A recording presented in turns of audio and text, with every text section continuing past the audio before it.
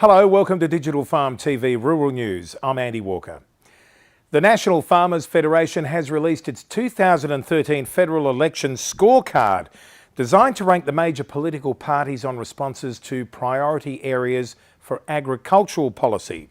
The NFF says it sought responses from major parties several months ago, and while it has had detailed responses from Labor and the Greens, it was still waiting to hear from the Coalition.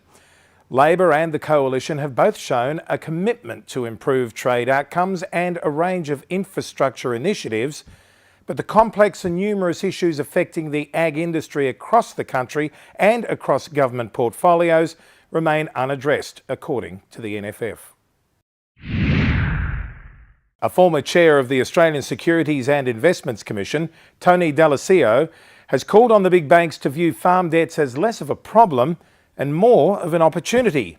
Tony D'Alessio is now president of the Winemakers Federation of Australia and said it was up to the private sector to develop innovative structures to attract capital to agriculture, including splitting operating businesses from land holdings to suit different classes of investors.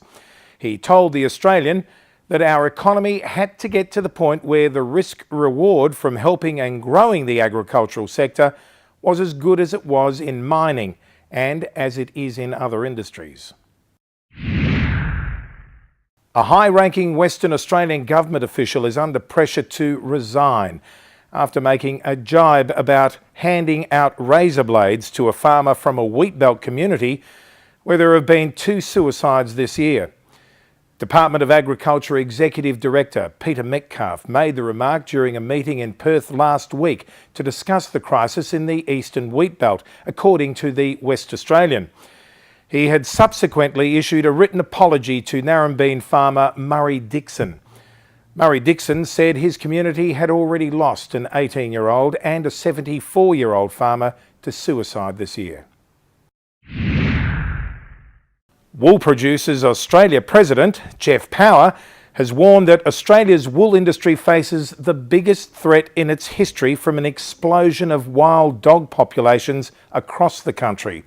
WPA's annual review released this week contains input from all 6 state farming organisations and all of the main national organisations identifying key challenges facing the industry. Urgent measures were needed to combat wild dogs, Mr Power said in his President's report.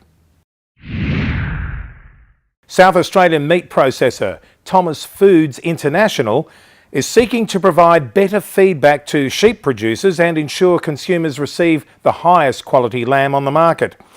In order to do this, the company was embracing world's best data analysis as a new tool in its processing operation. In partnership with the Sheep CRC, Thomas Foods has appointed senior scientist Dr. David Rutley as their lamb supply chain coordinator. His role will include benchmarking eating quality, lean meat yield and optimal fat levels.